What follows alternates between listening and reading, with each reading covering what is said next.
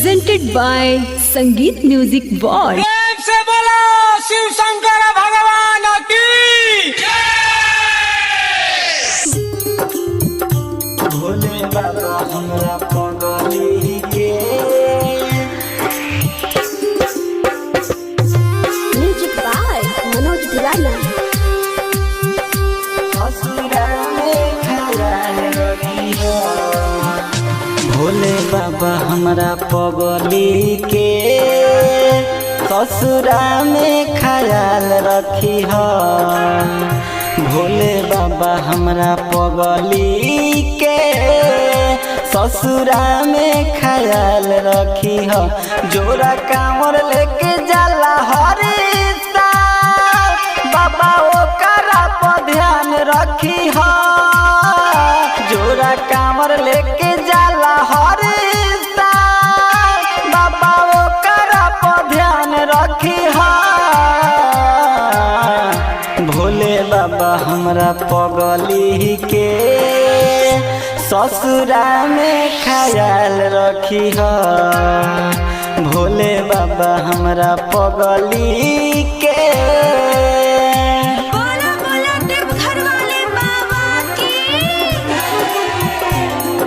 Music by Manoj Tiwari.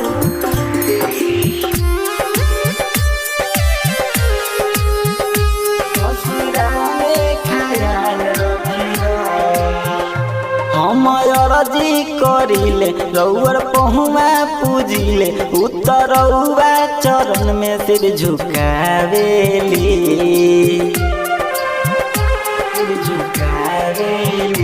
हम अरजी करिले रउअर पहुआ पूजिले उतरहुआ चरण में सिर झुकावेली।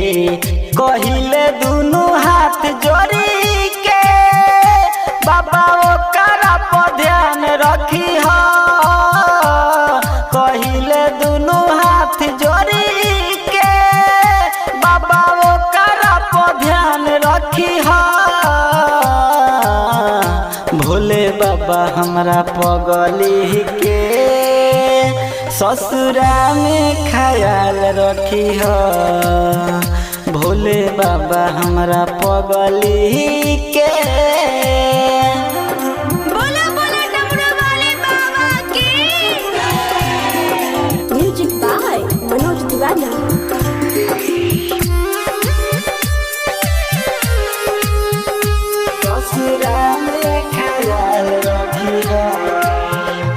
आइल सावन महीना गंगा जल भरेला कान्हा पर धैले बिया कांवर।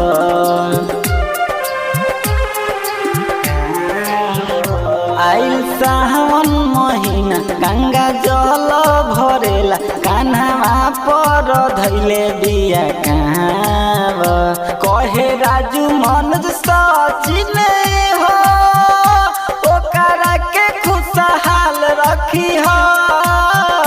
कहे श्याम मिंटू नजरे हो ओकरा के खुशहाल रखिह। भोले बाबा हमरा पगली के ससुरा में खयाल रखिह। भोले बाबा हमरा पगली के। संगीत रिकॉर्डिंग स्टूडियो सोमगढ़ चौक साहेबगंज।